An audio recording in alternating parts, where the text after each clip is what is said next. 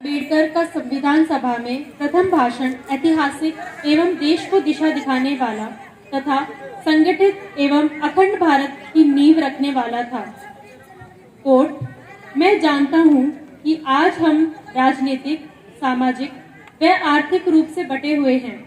हम लोगों ने एक दूसरे के विरोध के लिए युद्ध छावनियां बनाई हैं और शायद मैं भी युद्ध की छावनी का एक नेता हूँ, लेकिन इन सब के बावजूद मुझे विश्वास होने से कोई नहीं रोक पाएगा।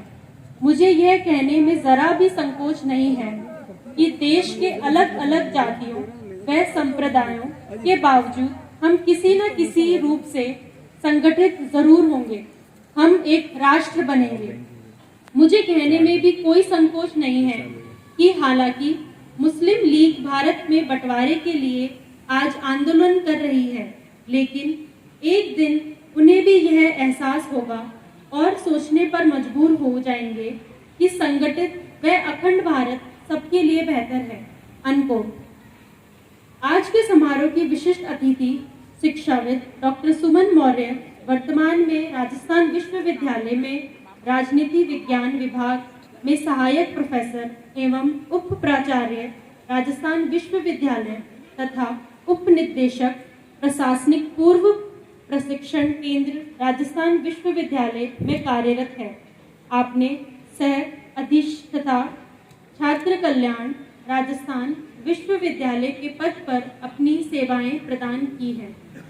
सुमन मौर्य द्वारा राजनीति विज्ञान विभाग राजस्थान विश्वविद्यालय में 2003 में एमए में प्रथम स्थान प्राप्त किया गया, जिसके लिए महामहिम राज्यपाल महोदय द्वारा उन्हें स्वर्ण पदक से सम्मानित किया गया।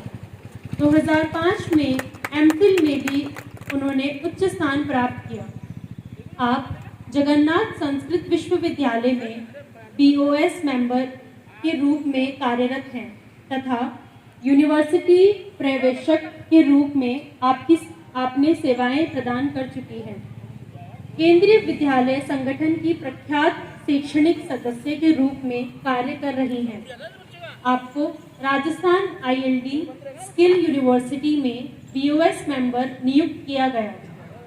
आपको Rajasthan board of secondary education Rajasthan माध्यमिक शिक्षा परिषद में पाठ्यक्रम समिति का सदस्य नियुक्त किया गया है।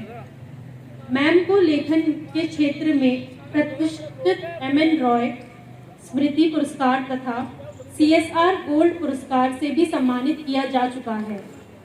आरपीएससी में चयनित होकर 2008 से 2010 में राजकीय कन्या महाविद्यालय कोटपुतली में व्याख्याता के पद पर कार्यरत रही।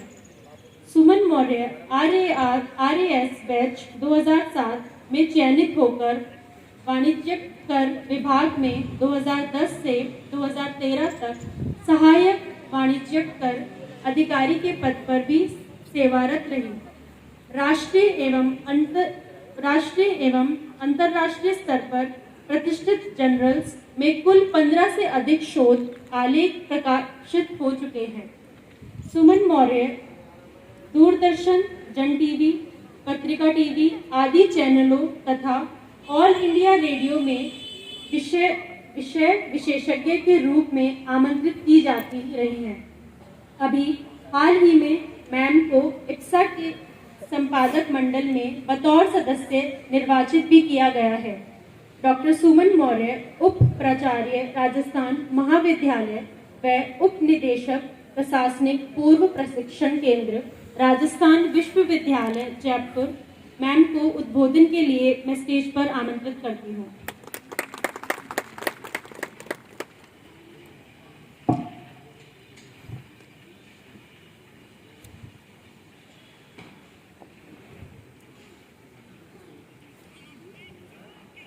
Thank you Rupal, Anjali.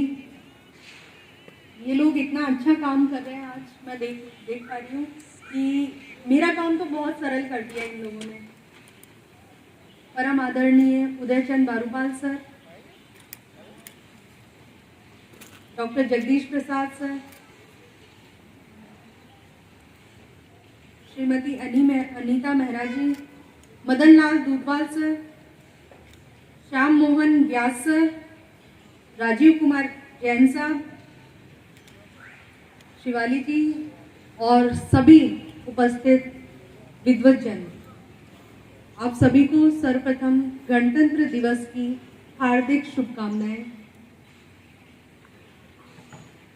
मैं गणतंत्र दिवस के बारे में भी कुछ कहना चाहूँगी। हालांकि हमारा जो विषय है वो योजनाओं से संबंधित है और कर्तव्यों से संबंधित है, क्योंकि हम जानते हैं कि हमारे जो अधिकार हैं वो आपके कर्तव्य हैं और आपके कर्तव्य या आपके अधिकार हमारे कर्तव्य हैं।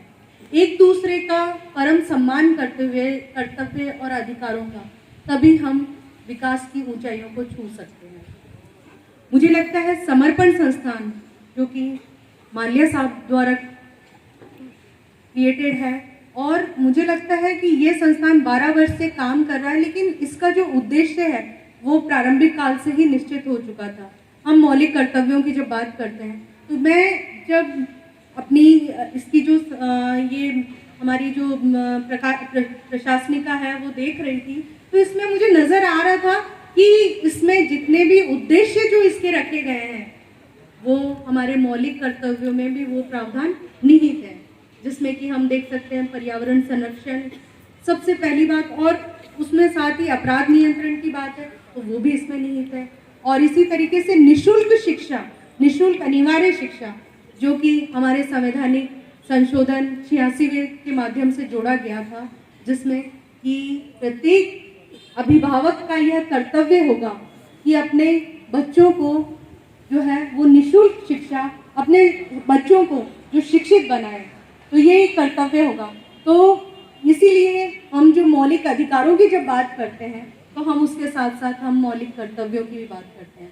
हालांकि मौलिक अधिकार जो थे, हम पहले सभी लोग ये मानते हैं, जब हॉब्स, लॉक, रूसो, हम सामाजिक समझौतावादी विचारकों की बात करते हैं तो उसमें ये बात भी आती है लाइफ, लिबर्टी एंड प्रॉपर्टी के राइट्स की हम बात करते हैं सबसे पहले। तो हमारे जो जीवन का अधिकार है वो सर्वप्रमुख होता है, किंतु जब हम आगे चलकर जब हम कर्तव्यों पर आते हैं तो वो कर्तव्य भी उतने ही इम्पोर्टेंट हो जाते हैं, महत्वपूर्ण हो जाते हैं। हम अगर आज के गणतंत्र दिवस की बात करें तो मैं कुछ महत्वपूर्ण पहलुओं पर आपका ध्यान केंद्रित करना चाहूंगी, जिसमें कि 26 जनवरी को ही हम गणतंत्र दिवस क्यों मनाते हैं। 26 जनवरी हमारा 15 अगस्त स्वतंत्रता दिवस है, 26 जनवरी हम गणतंत्र दिवस के रूप में मना रहे हैं और 26 नवंबर संविधान दिवस के रूप में मनाते हैं। तो हमें पता होना चाहिए कि इन दिवस का क्या महत्व है।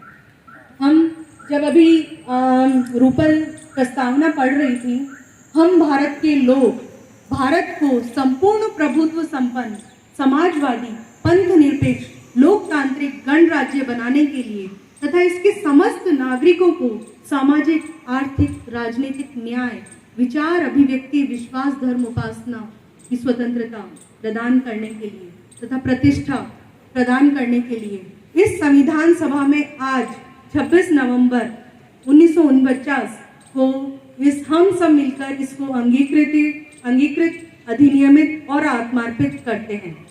तो जो हम भारत के लोग, हम कैसे इम्पोर्टेंट हैं, हम और हमारा गणतंत्र की जब हम बात करते हैं तो हम कैसे इम्पोर्टेंट हो जाता है। हम भारत के लोग इसे आत्मार्पित कर रहे हैं, हमने इसको अपनाया है, स्वीकार किया है। वहीं से यदि राज्य की बात की जाए तो राज्य के 4 अंग होते हैं, जिसमें कि हम देख सकते हैं कि एक निश्चित भूभाग होगा, हमारी जनसंख्या होगी एक निश्चित और निर्धारित, और सरकार होगी और सरकार के साथ संप्रभुता होगी। हम यदि देखें कि हमारा जब भारत 26 जनवरी को ही हम गणतंत्र दिवस मनाते हैं, इसका प्रयोजन यही है कि इससे पूर्व 31 दिसंबर 1929 का जो लाहौर अधिवेशन रावी नदी के तट पर आयोजित हुआ था, जिसमें जवाहरलाल नेहरू की अध्यक्षता में हुआ था, जिसमें यह स्वीकार किया गया कि हम प्रति वर्ष 26 जनवरी को पूर्ण स्वराज के रूप में अपनाएंगे, पूर्ण स्वराज के रूप में मनाएंगे। ब्रिटिश सरकार के सामने बात गई, लेकिन पूर्ण स्वराज तो हमें तब नहीं मिला, लेकिन ये जो प्रतिबद्धता थी हमारी, हम प्रति वर्ष 26 जनवरी को पूर्ण स्वराज के रूप में मनाएंगे। यही 26 जनवरी का दिवस जो है वो गणतंत्र दिवस के रूप में तब से लेकर आज तक निरंतर गणतंत्र दिवस के रूप में मनाया जा रहा है। बहुत क्योंकि लंबा समय हो गया है कार्यक्रम शुरू हुए, और मैं कुछ बात कहना चाहूँगी कि जो जब शुरुआत हुई थी हमारे संविधान के बनने की, या हमारे जो स्वतंत्रता आंदोलन के जो निर्माता थे, कोई स्वतंत्रता आंदोलन के निर्माता और जो जिन्होंने संविधान बनाया उनमें कोई ज़्यादा अंतर नहीं था। उदारवादी धारा हो, चाहे उग्रवादी धारा हो, क्रांतिकारी धारा हो, गांधीवादी धारा हो, इन सबका ही योगदान हम देख सकते हैं भारतीय स्वतंत्रता के संग्राम में। तो हम देख पा रहे हैं कि जब बात कर रहे थे कि उस समय जिन भी हमारे योगदान करता थे, जिसमें राजेंद्र प्रसाद जिनको की अध्यक्ष बनाया गया, ड्राफ्टिंग कमेटी के जो चेयरमैन थे डॉक्टर भीमराव अंबेडकर, उनका योगदान जो है हमेशा उन्होंने अमिट छाप छोड़ी। मुझे लगता है कि उन्होंने यही बात कही कि हमने कठिन से कठिन, दुरूह से दुरूह परिस्थितियों में एक श्रेष्ठतम संविधान का निर्माण किया है। अब इसकी सफलता या विफलता इसको जो प्रायोजित करने वाले हमारी सरकारों पर निर्भर करेगी कि वो इसको किस तरीके से संचालित करते हैं, किस तरीके से इसे क्रियान्वित करते हैं। तो ये बात पक्की है कि लिख रहा हूँ जो आगाज आज, कल उसका अंजाम आएगा।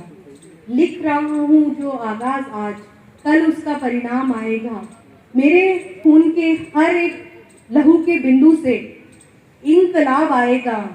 मैं रहूं ना रहूं, पर वतन पर मर मिटने वालों का सैलाब आएगा। आज मुझे लगता है कि जितने भी हमारे पैरामिलिट्री फोर्सेस के ऑफिसर्स हैं या जो जवान हैं, चाहे वो जल थल से वायुसेना से जुड़े हुए हैं, उन सबका महत्वपूर्ण योगदान रहता है हमें सुरक्षित बनाने में, हमें हमेशा सुरक्षा प्रदान करने में।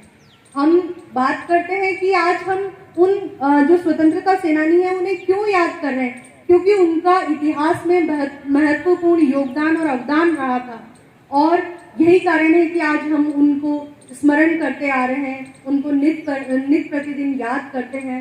विभिन्न कार्यक्रमों के माध्यम से, विभिन्न आयोजनों की जयंतियों के माध्यम से उनको स्मरण करते हैं, और उनके जो आदर्शों को हम अपने हृदयों में संजोए रखने की कोशिश करते हैं। मौलिक कर्तव्य की बात जब हम करते हैं तो 42वें संवैधानिक संशोधन से मौलिक कर्तव्य जो है 1976 में स्वर्ण सिंह कमेटी की सिफारिशों के माध्यम से जोड़े गए थे, जिसमें प्रारंभिक स्तर पर 10 मूल कर्तव्य थे और 11वां मूल कर्तव्य जो है वो बाद में जोड़ा गया था, शिक्षा से, निःशुल्क शिक्षा से संबंधित, जो कि